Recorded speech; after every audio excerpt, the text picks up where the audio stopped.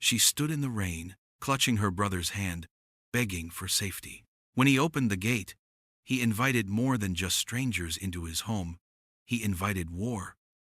The rain fell in heavy sheets, rattling against the tall iron gates of the Vale estate. Adrian Vale sat alone in his study, the warm glow from the fireplace casting long shadows across the shelves of books and glass panels. It was nearly midnight, and the rest of the mansion was quiet except for the faint hum of security systems.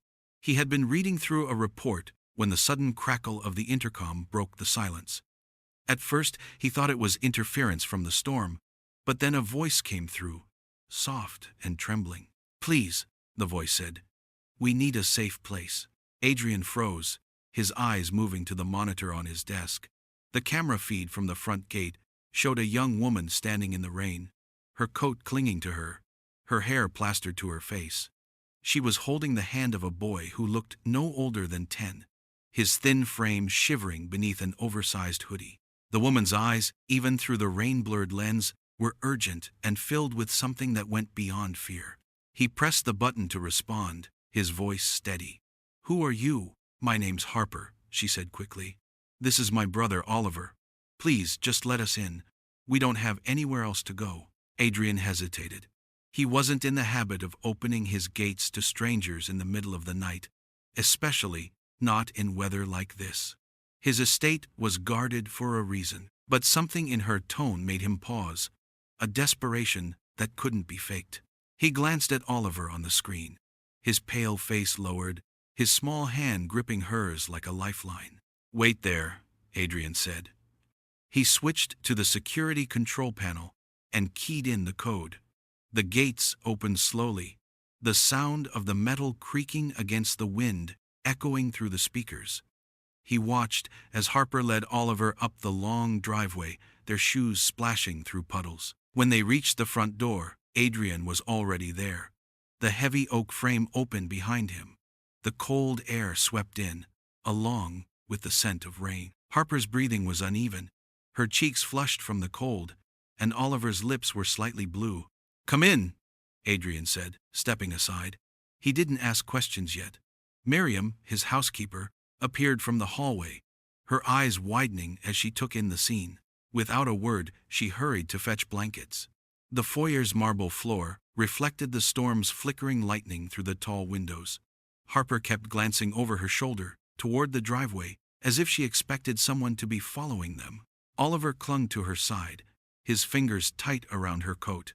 Adrian studied them. The way Harper's jaw tightened each time thunder rolled.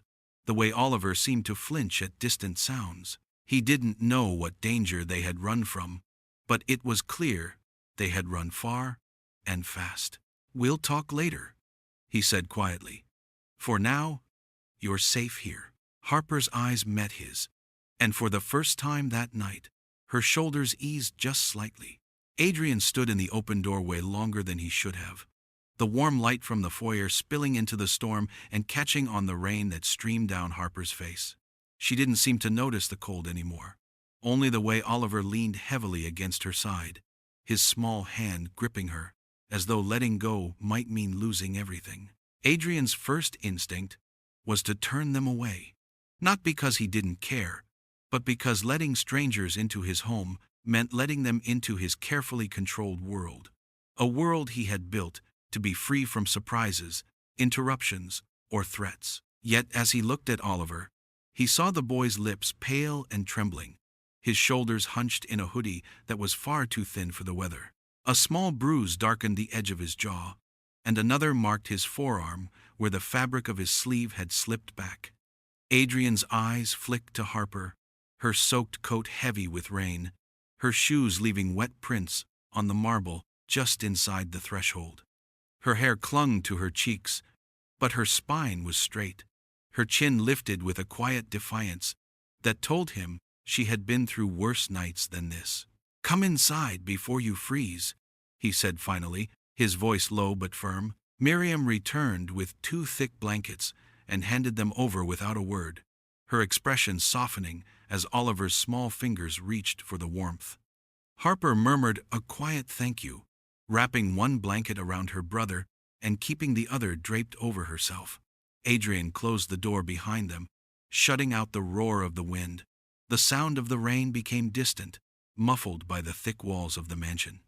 The space was quiet except for Oliver's faint shiver and Harper's uneven breathing. Adrian's mind was already moving, noting details the way he always did in business negotiations. Harper's coat had a tear in the sleeve, the dirt along the hem was fresh, and her boots were scuffed, as though she had walked a long way. Oliver's hair was damp but clean, his face pale but not sickly, and there was something in the way he kept glancing up at her that told Adrian she was the one holding them together. He wanted to ask who had hurt them, where they had come from, and why they had chosen his gate in the middle of the night. But years of dealing with secrets had taught him that asking too soon could make people shut down.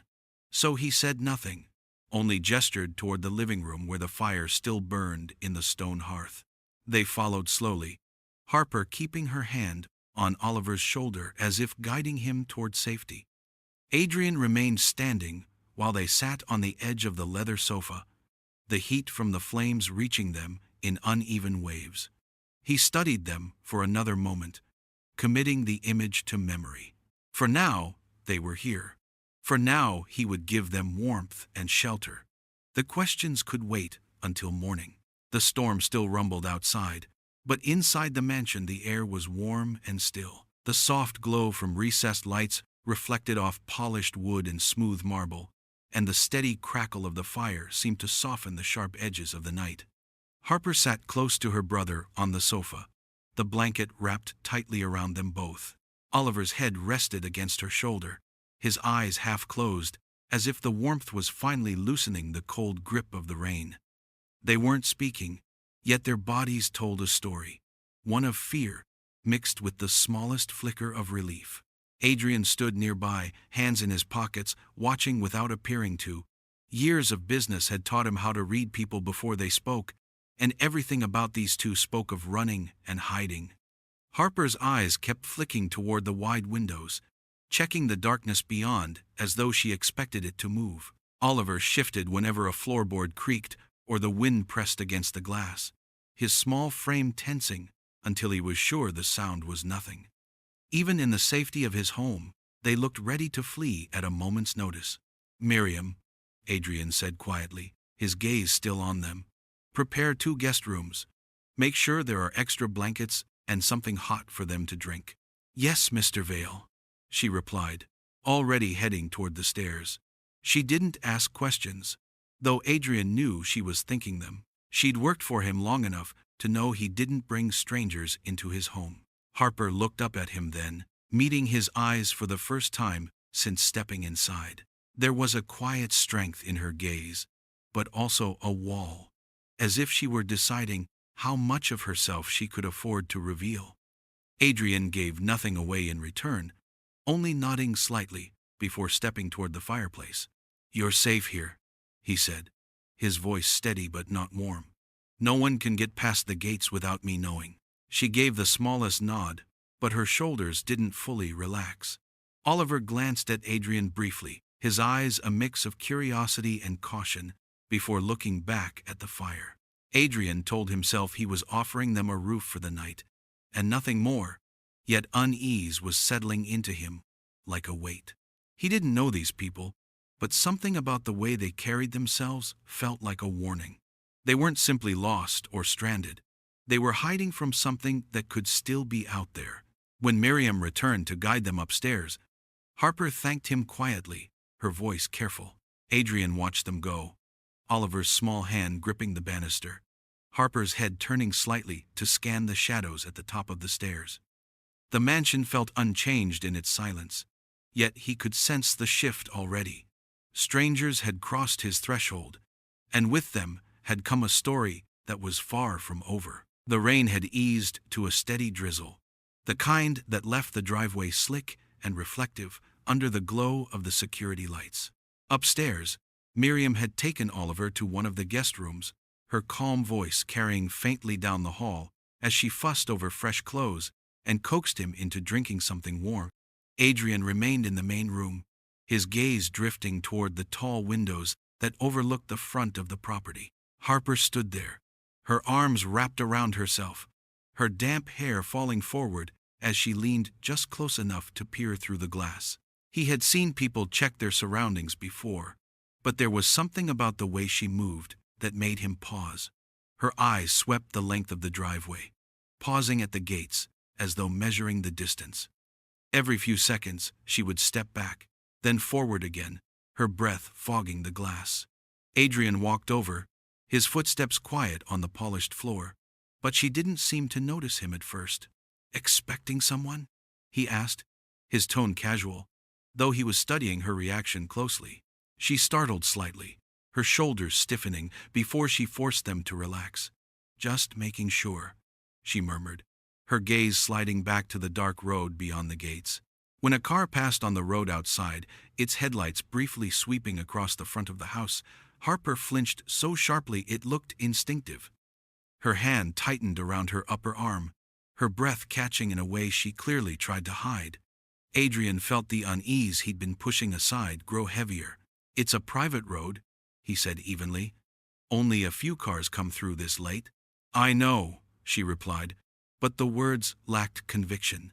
She took a step back from the glass and tucked her hair behind her ear, her eyes shifting to the floor, as if realizing she'd shown too much. Adrian didn't press her, but his mind was already moving, piecing together the details she hadn't given him. People didn't watch driveways like that unless they feared someone was coming. And fear like hers didn't come from imagination. It came from experience. Miriam returned a few minutes later, her presence warm and grounding as she entered the room. "The boy's settled," she said softly. "He's exhausted. Fell asleep almost instantly." Harper nodded, but didn't take her eyes completely off the window. Adrian noticed her fingers tapping lightly against her arm, an unconscious rhythm that betrayed her tension. "You can rest now," he told her. "This place is secure. Gates, cameras, guards. No one gets in without me knowing." She gave him a quick glance, as if weighing whether to believe him, then nodded again. Still, when Miriam gently guided her toward the stairs, Harper looked back over her shoulder at the window, scanning the darkness one last time before disappearing from sight. Adrian stood there a moment longer, staring at the wet gleam of the driveway. Something was coming. He could feel it. The dining room was quiet, except for the faint clink of cutlery against plates. The storm outside had softened to a mist, the sound of rain replaced by the low hum of the heating system. Miriam had prepared something simple, grilled chicken with vegetables and warm bread, but Adrian could tell the food was more about comfort than presentation tonight. Harper sat across from him, her hair now dry but still slightly tangled, the oversized sweater Miriam had lent her slipping off one shoulder. Oliver sat beside her, his small frame hunched forward, his gaze fixed on his plate, as if it were the most important thing in the room. Adrian had never been one for small talk, and tonight was no different. He let the first few minutes pass in silence, watching the way Harper shifted in her seat, the way her eyes darted toward the door every so often, as if expecting it to swing open. Oliver ate slowly, not speaking, occasionally pushing food around with his fork. Finally, Adrian set down his glass and leaned back slightly. "I think it's time we discussed why you're here," he said. His voice was calm, but there was no mistaking the weight behind the words. Harper's eyes met his for a brief moment before sliding away. "I told you," she said quietly. "We needed a safe place." "That's not an answer," Adrian replied. "Safe from what? Or from who?" She hesitated, her fingers curling around the edge of her plate. "From someone," she said finally. "Someone who won't stop until he finds us." Adrian's gaze sharpened. "And why would this person be after you?" Her lips pressed together, the silence stretching between them. She glanced at Oliver, who was still staring at his food, as if the question hadn't even reached him. Her voice dropped when she spoke again. "We can't go home. That's all I can tell you." "That's not all you can tell me," Adrian countered, his tone firm but not unkind. "That's all you're willing to tell me." Her eyes flickered, just for a second, and he knew he was right. But she said nothing more, just took another bite as if the conversation had ended. Oliver remained silent, his fork moving slowly through his vegetables. Adrian didn't push further. He could tell by the way Harper's shoulders had stiffened that pressing her now would get him nothing. Still, the unease in his chest grew heavier. People didn't show up at midnight, soaked and scared, unless they were running from something dangerous. And if she was telling the truth, that danger might already be closer than she realized. When the meal ended, Harper thanked him quietly, her voice carrying a note of exhaustion. Oliver followed her out of the dining room, his hand slipping into hers without a word. Adrian watched them go, the image settling in his mind. Whatever they were hiding, it was more than just fear. It was a secret that had teeth. The house had settled into the kind of stillness that only came late at night. The fire in the living room had burned low, the last faint glow casting soft shapes against the walls. Upstairs, the guest rooms were quiet, but Adrian had not yet gone to bed. He moved through the hallway with the same careful pace he used when thinking through a problem, his mind circling the unanswered questions Harper had left at the dinner table. He had learned to live with silence in business, but the kind she carried was different. It wasn't the silence of negotiation, it was the silence of someone guarding the truth, like it was their last shield. He paused near the corner where the hallway split, one path leading toward his own suite and the other toward the guest wing. The soft creak of a floorboard reached him, followed by the faint murmur of voices. He stayed still, letting the sound guide him closer until he could make out Harper's voice. "He can protect us," she was saying, her tone low and certain. "He just doesn't know it yet." There was a quiet rustle, and Oliver's smaller voice replied, too soft for Adrian to catch the words. Harper spoke again after a pause, her voice carrying that careful, older sister kind of comfort that tried to sound certain even when the truth felt uncertain. "I know it's scary, but we're safe tonight. Just sleep. Tomorrow we'll figure out the rest." Adrian stood there, hidden in the dim light spilling from a wall sconce, listening to footsteps shift to the muffled sound of a door closing gently. The words she had spoken stayed with him, lodged in a place he hadn't visited in years. Protection was not something he thought of as his role outside of business.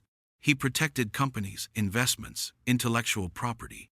He didn't protect people, not in this way, not personally. And yet, something in the way she had said it, the quiet conviction beneath her caution, stirred something unfamiliar in him. It was heavier than curiosity and sharper than obligation. It felt like responsibility, but not the kind born from contracts or agreements. It was the kind that came when someone was looking at you and believing, without proof, that you were the answer to their problem. He didn't step forward or announce that he had heard. Instead, he turned away from the guest wing and walked back toward his own rooms, his thoughts carrying the weight of her words. In business, trust was earned through results, but Harper seemed to have decided, without seeing the outcome, that he was capable of more than just giving them a place to stay. In his room, he stood by the window for a long time, looking out over the quiet grounds. The rain had stopped, and the driveway was a silver ribbon under the security lights. Somewhere out there was the reason they had come, the danger she wouldn't name. But now, there was also the knowledge that she believed he could stop it. And whether he liked it or not, that belief had already taken root. The sharp wail of the perimeter alarm shattered the quiet of the early morning. Adrian was out of bed in seconds, pulling on a shirt as the soft blue light from the security panel on his wall began to flash. The clock read 3:04 a.m. The system didn't trigger for small things like animals or wind. This meant someone was on the grounds. He crossed the room quickly, pressing the panel to bring up the live camera feeds. The black and white images showed the east side of the property, the tall steel fence glistening under the floodlights. Two figures in dark clothing moved fast along the outer edge, keeping low, their faces obscured by hoods. Adrian's jaw tightened as he hit the button to alert his private security team, the one that monitored the estate from a control room on the lower level. Within moments, the radio crackled with voices confirming visual contact. Through the feed, Adrian watched two of his guards approach from opposite ends of the fence line, their flashlights cutting sharp beams through the mist. But the intruders were quick, slipping into the darker gaps between the lights. He switched to another camera just in time to see one of them reach for the fence, as if testing for weak spots. The other scanned the house itself, the pale glow from the windows reflecting faintly off his hood. Adrian felt a cold awareness settle in his chest. These men weren't here by chance. They were looking for something, or someone. The radio reported movement toward the tree line, and Adrian watched as the men slipped through the gaps between the hedges and vanished into the night. The guards gave chase, but after a few minutes came the inevitable update. They were gone. No breach, no trace left behind, except the faint imprint of footprints in the wet grass. Adrian remained at the panel for a moment longer, scrolling back through the recorded feed. The men had moved with precision, not wandering aimlessly but checking specific sections of the property. He didn't like that they had stopped to study the house. Pulling on a jacket, he headed downstairs. Miriam was already in the kitchen, her robe pulled tight, her expression tense. "It woke me," she said quietly. "The children." "Still sleeping," Adrian replied, though he wasn't sure how much longer that would last. He crossed to the hallway and glanced toward the guest wing. All was quiet. Harper and Oliver didn't know yet, and he wasn't going to tell them until he had more answers. When he returned to the control room, his head of security was waiting. "They knew where to look," the man said grimly. "We'll increase patrols and run a sweep of the perimeter at first light." Adrian nodded, but his thoughts were already ahead. Strangers had come to his gate last night asking for safety, and now someone was testing his defenses. It wasn't coincidence. Whatever Harper was hiding, it had just crossed into his world, and it wasn't going to disappear into the dark as easily as those men had. Morning came with a pale light pushing through the heavy curtains, but the uneasy tension from the night still lingered in the air. Adrian had barely slept, his mind replaying the images of the two men at the fence, their purposeful movements, the way they had scanned the house, as if taking measure of what lay inside. He found Harper in the kitchen, standing by the counter with a mug of untouched tea. She looked tired, her eyes shadowed, her hair pulled back hastily. Oliver was still upstairs, Miriam keeping him occupied with breakfast and a puzzle. Adrian stepped into the room, his presence filling the quiet space. "We had an incident last night," he said without preamble. "Two men tried to get onto the property. They were looking for something, or someone." Her hands tightened around the mug. "And? They didn't get in," he said, his tone hard. "But this isn't random, Harper. This is connected to you. I need to know the truth. All of it." She looked away, her shoulders stiff. "It's complicated. So simplify it," Adrian said sharply. "Because right now, you've brought danger to my door, and I can't protect you if I don't know what I'm protecting you from." Her jaw worked, as if she were weighing whether to keep her silence. Finally, she let out a slow breath. "His name is Victor Rains. He owns a consulting firm that works with tech companies, government contracts, big clients. I used to work for him." Adrian didn't interrupt. "I was in his accounting department," she continued, her voice low. "One night, I stayed late to finish a project. I was going through some files and found transfers that didn't make sense. Money moving through shell companies, routed overseas. It wasn't until I dug deeper that I realized it wasn't just money. It was laundering tied to illegal tech contracts, stolen software, fake bids. And the names attached weren't just low-level contacts. They were major players in the industry, some in government." Adrian felt a cold clarity settle in. "And he knows you found it." "I didn't mean to," she said quickly. "I copied the files to review later. But he must have been monitoring activity. The next morning, I was called into his office. He smiled the whole time, but his eyes," she trailed off, shivering at the memory. "I knew I had to get out. I took Oliver and left that night."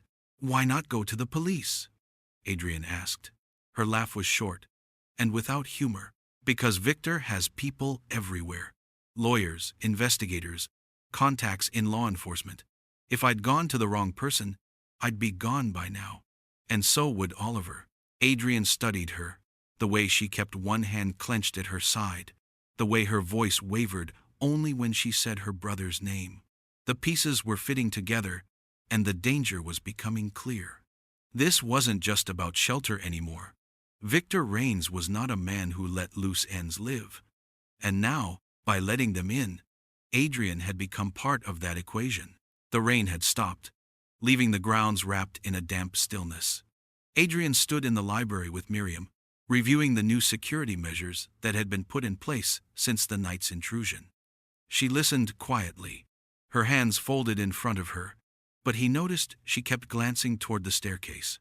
When he asked what was on her mind, she hesitated before speaking. "Mr. Vale," she began softly, "there's something you should know about the boy." Adrian's attention sharpened instantly. "What about him?"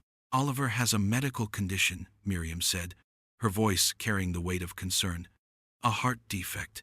It isn't something you'd notice unless you were looking for it, but it's serious. He needs regular treatment, medication, and monitoring by a specialist. Missing even a few appointments could put him at risk." Adrian felt a slow tightening in his chest. The boy's pale face, the way he tired easily, the slight lag in his steps compared to other children, it all took on new meaning. "Does Harper know I'm aware?" "No," Miriam said, shaking her head. "I don't think she intended to tell you yet. But I saw the prescription bottles in her bag when I was putting away their things, and I've worked with children who have similar conditions. It's not something that can be ignored." Adrian absorbed the information, the pieces shifting into place. Harper's constant watchfulness, her refusal to rest, her sharp flinches at unexpected sounds. Yes, part of it came from whatever danger Victor Rains represented, but part of it was tied to this. She wasn't just protecting her brother from being found. She was protecting him from a world that could harm him in more ways than one. When Harper came into the library a few minutes later, Adrian studied her with fresh understanding. She looked tired but determined. The kind of determination that came from living every day with someone else's life depending on you. He didn't mention what Miriam had told him. Instead, he asked, "When was Oliver's last treatment?" Her eyes flickered briefly, just enough to confirm he had touched on something she hadn't planned to share. "Before we left," she said carefully. "We were supposed to go back in 2 weeks." "And if you don't?" Adrian asked. She didn't answer right away. Then she looked at him, her voice low but steady. "I can't risk taking him to a hospital while Victor's people are looking for us. If they find us there, it's over." Adrian understood then that her fear wasn't only about her own safety. Every decision she made was about keeping Oliver alive, not just from the threat chasing them, but from the defect in his heart that could turn against him at any time. The boy's vulnerability made their situation more urgent, and it made the stakes of protecting them infinitely higher. Adrian didn't say it aloud, but in that moment he knew, whatever it took, he wasn't letting either of them face this alone. The late afternoon sun cast a muted glow through the tall windows of the study, warming the edges of the leather chairs and polished desk. Adrian sat behind it, his fingers steepled, watching Harper as she stood near the fireplace. She looked smaller than she had when she first arrived, not in stature, but in the weight she carried, as if the constant vigilance was wearing her down. Oliver was upstairs resting, Miriam sitting with him to make sure he didn't overdo it. For now, it was just the two of them, and Adrian intended to make this conversation count. "I'm not in the habit of letting threats linger," he began, his voice measured. "You're here now, and that means your problem is mine too. I have the resources to deal with this. Security, investigators, contacts who know how to handle men like Victor Rains. We can end this before it gets any closer." Harper didn't move from her place by the fire. She stared at the flames for a moment before meeting his eyes. "You're talking about involving the police," she said quietly. "That's one option," Adrian replied. "It's the fastest way to make this official. The more eyes on him, the harder it will be for him to keep chasing you. Her head shook before he even finished speaking. No, you don't understand. He has people inside law enforcement, not just local police, federal agents, investigators. I've seen them at his office. I've seen him take calls and then cases disappear. If we go to them without proof that can't be twisted or buried, we won't get protection. We'll be handing ourselves to him. Adrian leaned back, studying her. There was no hesitation in her words, no trace of paranoia that wasn't grounded in experience. She believed this because she had seen it happen. Then we get the proof, he said. She exhaled slowly, her shoulders dropping just slightly. That's what I've been trying to do since I left. But it's not easy. He covers his tracks, and the files I copied aren't enough to take him down. I need time. Time to figure out how to get the rest without leading him straight to me. Time is something you may not have, Adrian said. Those men at the fence the other night weren't just scouting. They were testing my defenses. The next time, they'll come better prepared. Her gaze didn't waver. Then we make sure we're ready. I'm not saying I won't accept your help, Adrian. I'm saying we can't rush into something that could get Oliver hurt. He's my only family. Every choice I make has to keep him safe first. He understood then that she wasn't refusing out of stubbornness, but out of calculation. She was already playing a game she couldn't afford to lose, and every move had to be precise. He respected that, even if it frustrated him. All right, he said finally. You have time, but you're not fighting this alone anymore. Her expression softened, just barely. I know, she said, and for the first time, she let herself believe it. The night had fallen heavy and still, the kind of silence that seemed to press in from all sides. Adrian sat at the desk in his study, the warm glow from a single lamp pooling across the polished wood. His phone was in his hand, but he hesitated for a moment before making the call. The name in his contacts wasn't one he used lightly. Lucas Kane had been many things in his life: soldier, intelligence operative, and now a man who thrived in the gray spaces most people pretended didn't exist. If there was anyone who could dig into Victor Rains without leaving a trail, it was him. The line rang twice before a familiar voice answered. Vale, you never call unless it's trouble. It's trouble, Adrian said simply. I need you to look into someone, quietly. His name is Victor Rains. There was a pause on the other end, a sound of fingers tapping keys. That's a name I've heard before. He's not the kind of man you stumble across by accident. What's your interest? Adrian glanced toward the door, making sure it was closed.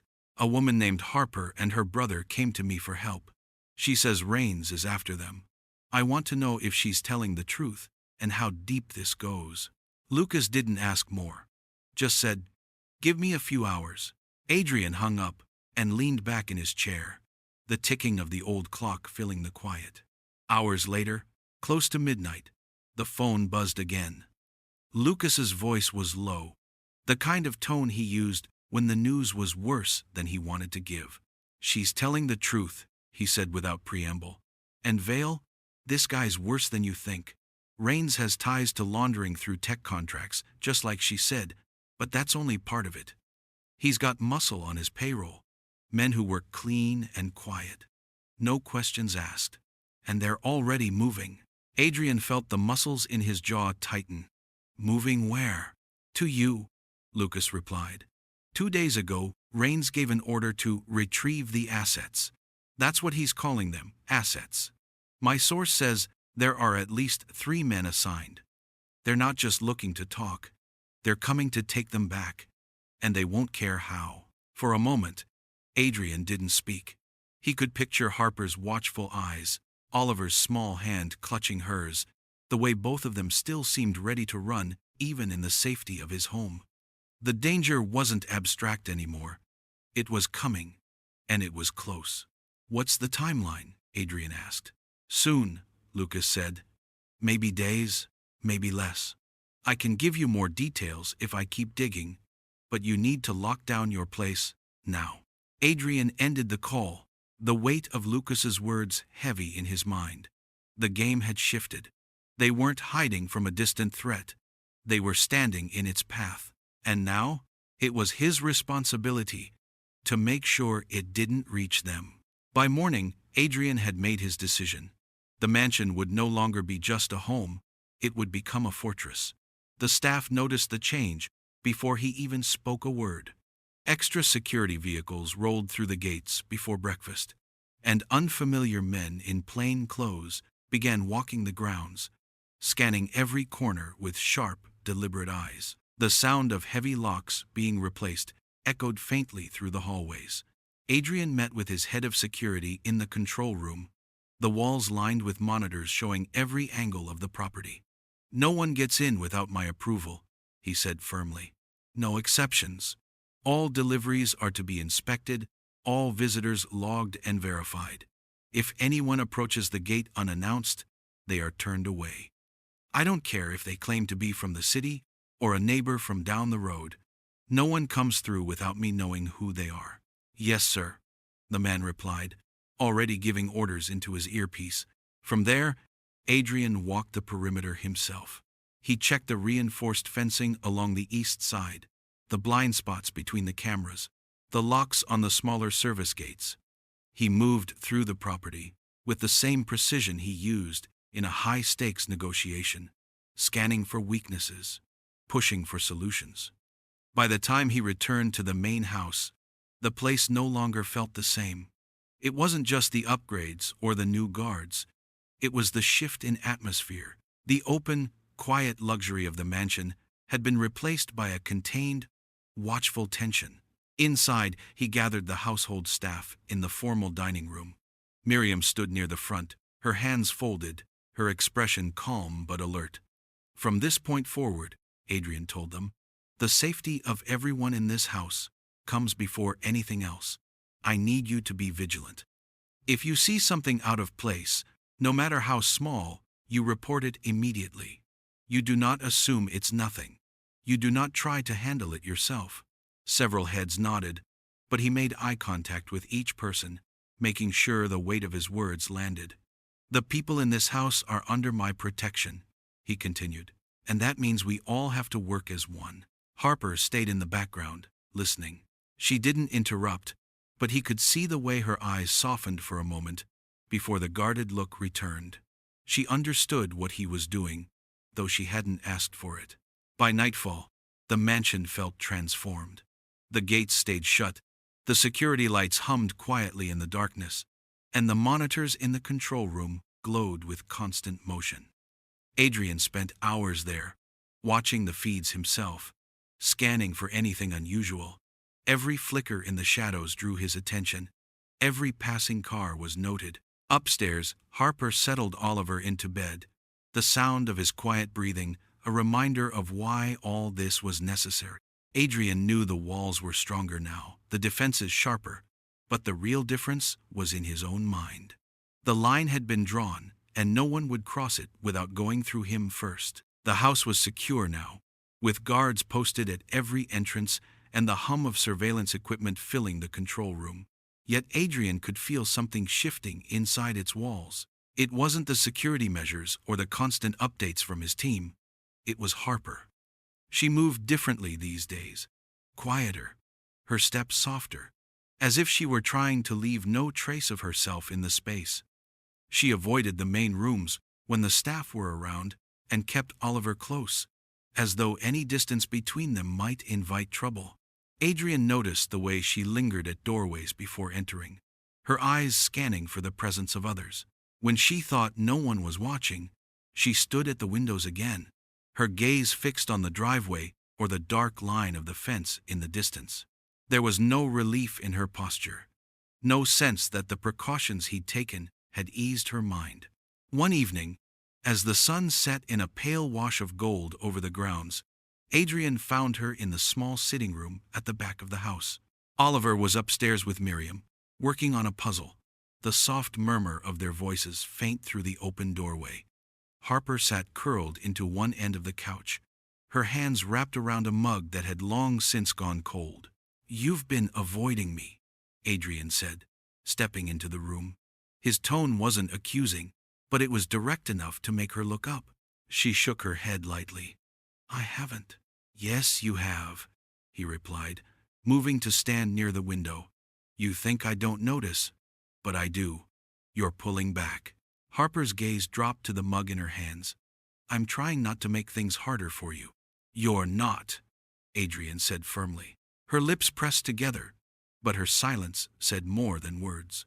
After a moment, she murmured, You have this life, Adrian. Safe, controlled, successful. And I've brought you the kind of trouble that doesn't go away quickly. Trouble that watches from the dark and waits.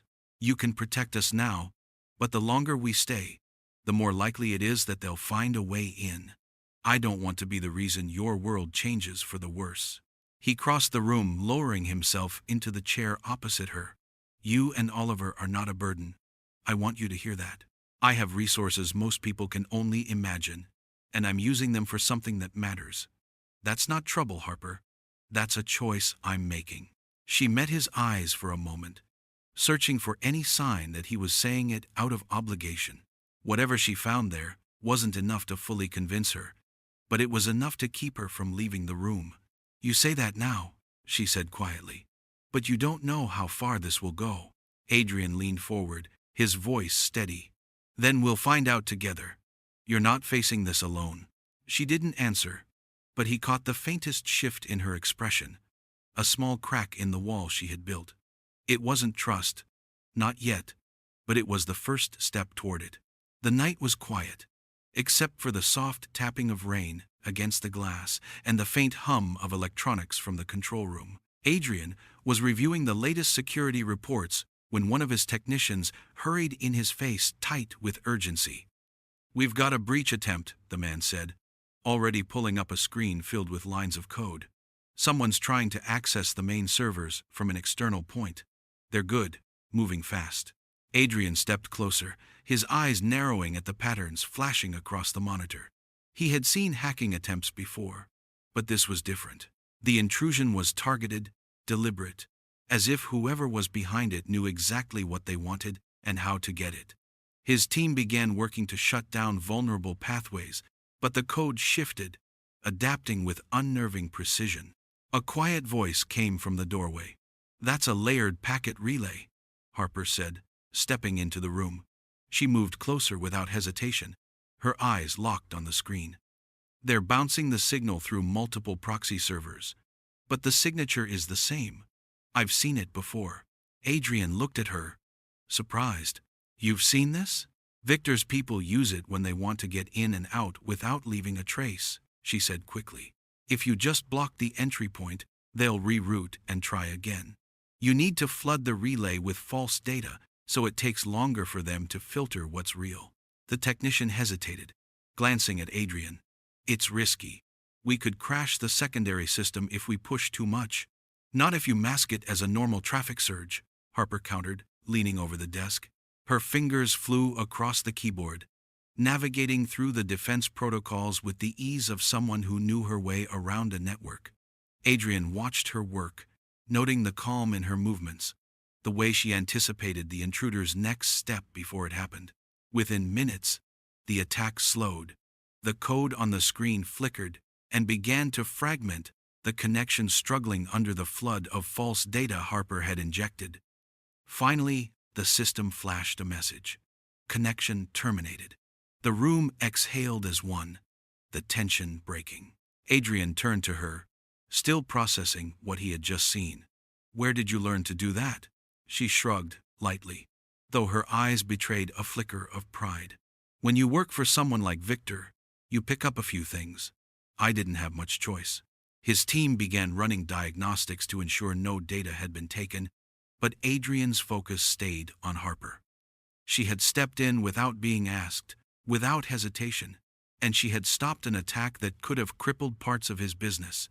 It wasn't just skill, it was instinct. Thank you, he said quietly, the words carrying more weight than she seemed to expect. For the first time since she'd arrived, Harper didn't deflect or look away. You're welcome, she said simply. In that moment, something shifted between them. It wasn't complete trust, but it was no longer guarded distance either. It was the beginning of seeing each other as more than just necessity. It was the start of an alliance. The afternoon was calm, the kind of day when the air was soft and the gardens seemed to breathe with the slow rhythm of the breeze.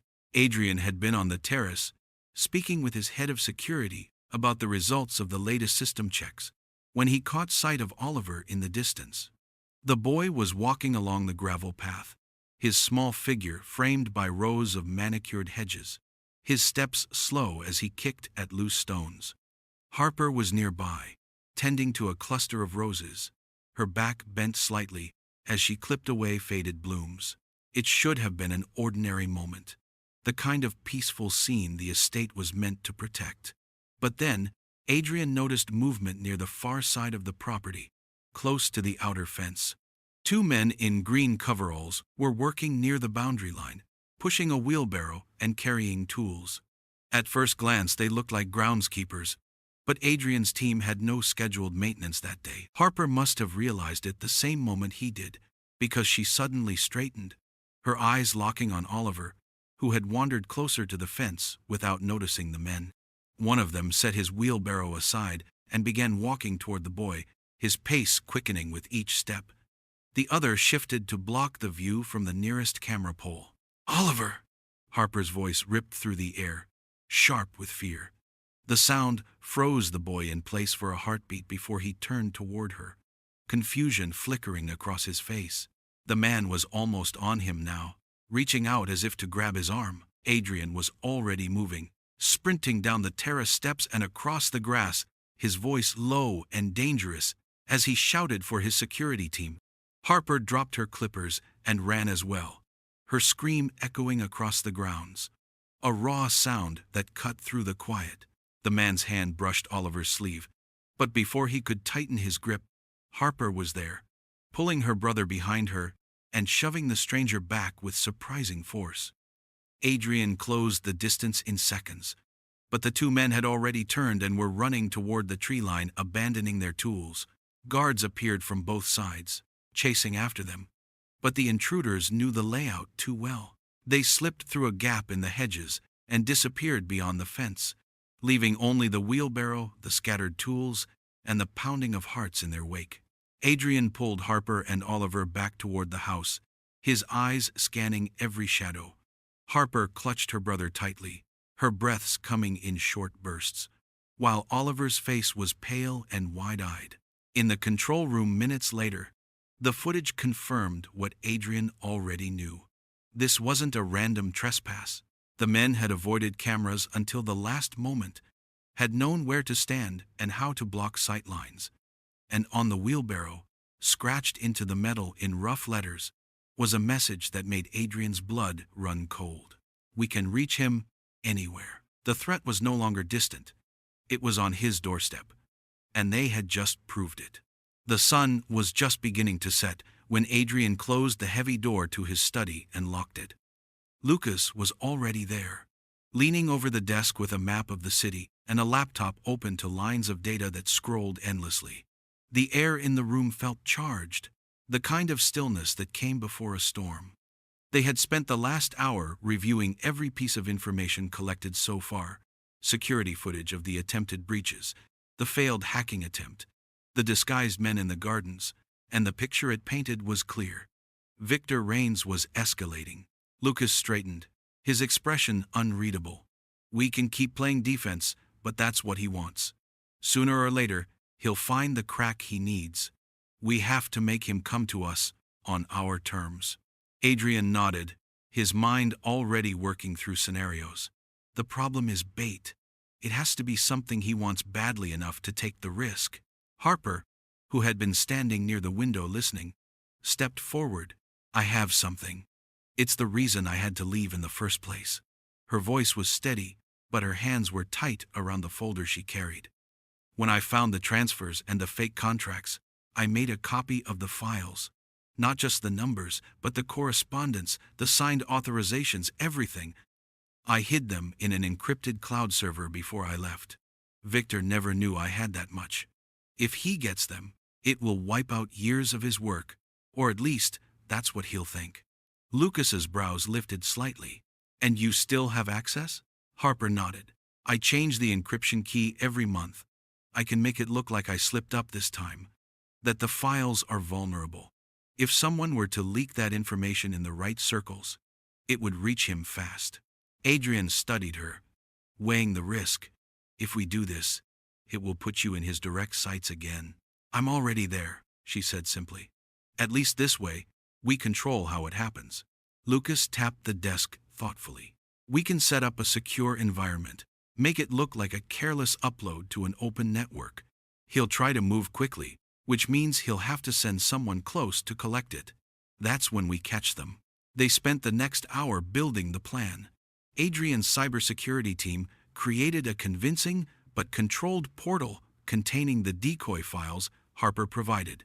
Lucas would leak word through a trusted channel known to reach Victor's people. Security inside and outside the mansion would be doubled, and a separate team would be stationed at a safe house where Harper and Oliver could stay during the operation. When the final details were set, Adrian looked at Harper. Once this starts, there's no turning back. Her answer came without hesitation. Then let's start.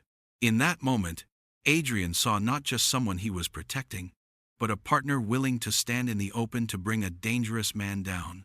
The balance between them had shifted, and so had the game. The night of the meeting carried a heavy stillness, the kind that seemed to warn that something was about to change.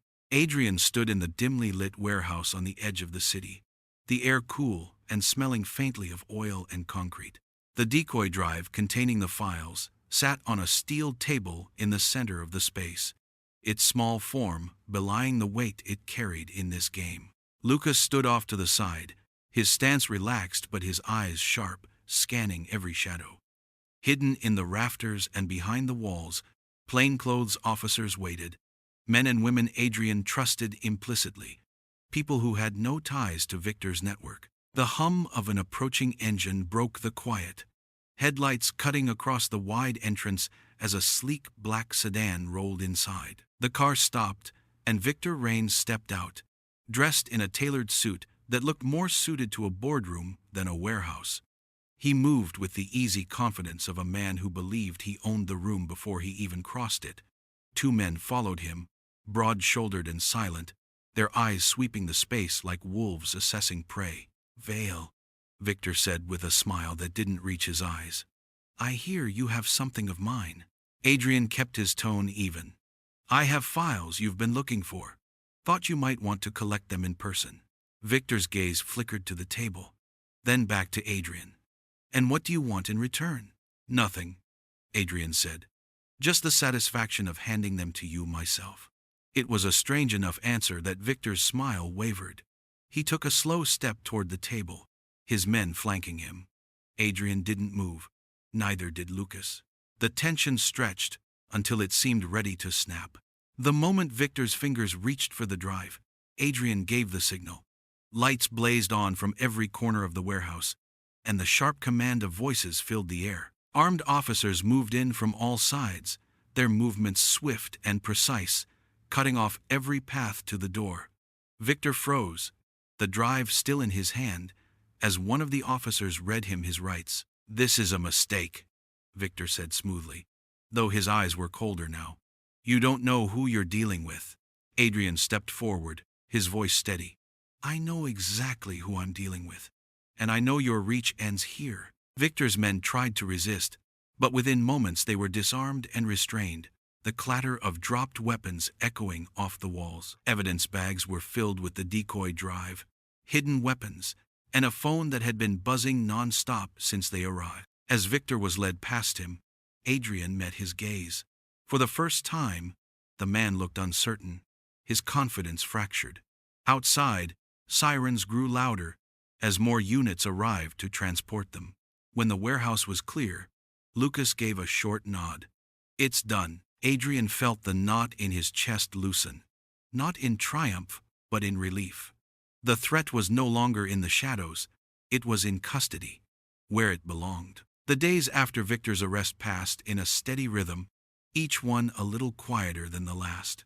The mansion, once filled with the hum of heightened security and the constant shuffle of guards, now felt calmer. The extra patrols had been scaled back, the alarms no longer blaring in the middle of the night. and for the first time in weeks, the air inside felt easy to breathe. Oliver spent most mornings in the garden with Miriam, his color slowly returning, his laughter growing more frequent as he regained his strength. Harper was different too. Her shoulders no longer carried that constant tension. Her eyes no longer darted to every sound. She still kept close to her brother, but now it was out of habit, not fear. Adrian noticed the change most in the quiet moments. In the evenings, when the sun dipped low and painted the grounds in gold, Harper would sit on the terrace with a book while Oliver chased a ball across the grass. She smiled more easily, spoke more freely, and the edge in her voice had softened. It was as though the weight she had carried for so long was finally slipping away. For Adrian, the change ran deeper. He had taken them in because it was the right thing to do, or so he told himself at first. But the truth was, their arrival had shifted something in him he hadn't realized was missing. Before, the mansion had been a place of solitude, efficient and quiet, with no one to disturb the order he had built. Now, it felt alive in ways he hadn't expected. Laughter echoing down the halls, a warmth in the kitchen during breakfast, voices drifting through rooms that had been silent for years. One afternoon, he found Harper in the library, helping Oliver choose a new book.